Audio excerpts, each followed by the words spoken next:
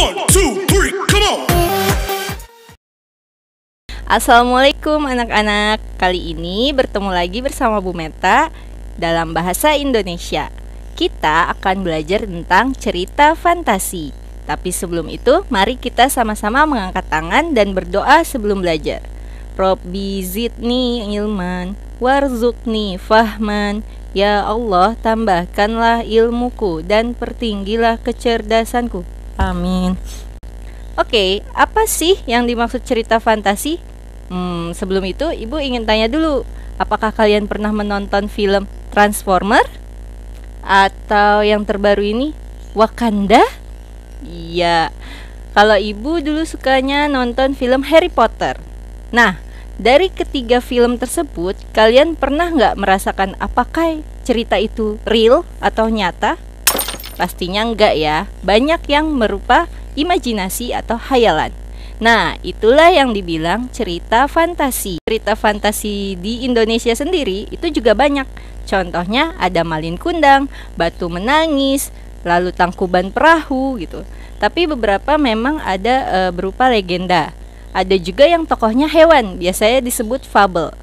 Semua cerita yang Ibu sebutkan tadi, apakah menurut kalian tokohnya nyata?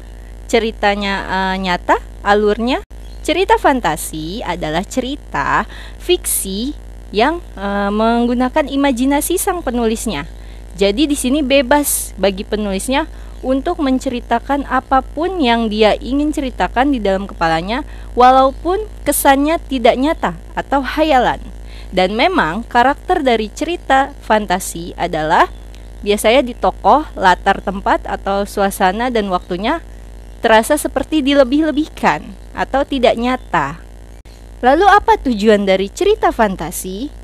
Cerita fantasi bertujuan untuk membuat pembaca seolah-olah berada di dalam dunia imajinasi sang penulis. Seperti yang Ibu bilang tadi, kalian pernah nonton Transformer, Harry Potter, atau Wakanda. Kesannya tuh kalian jadi merasa di dalam film itu kan, dan seperti yakin bahwa itu semua ada gitu. Nah, berarti penulisnya sudah berhasil karena membuat kalian seolah-olah merasakan atau hidup di dunia itu. Nah, struktur cerita fantasi ada 4. Yang pertama adalah orientasi. Apa itu orientasi? Orientasi adalah pengenalan. Mudahnya itu saja. Pengenalannya bisa berupa banyak. Dari dimulai pengenalan tokohnya, ada berapa jumlah tokohnya, juga pengenalan nama tokoh, juga pengenalan suasana, pengenalan latar waktu, pengenalan latar tempat, hingga sampai gambaran alurnya. Apakah dia alurnya flashback, mundur ke belakang, atau maju ke depan, progresif. Atau bisa juga dua-duanya, yaitu progresif dan flashback.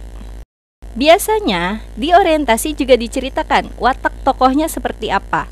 Apakah tokoh ini jahat atau tokoh ini baik. Lalu yang kedua, struktur teks cerita fantasi adalah konflik. Mudahnya, kalian ingat saja konflik adalah masalah. Jadi, dalam satu cerita atau satu film biasanya pasti ada satu masalah yang ingin diselesaikan.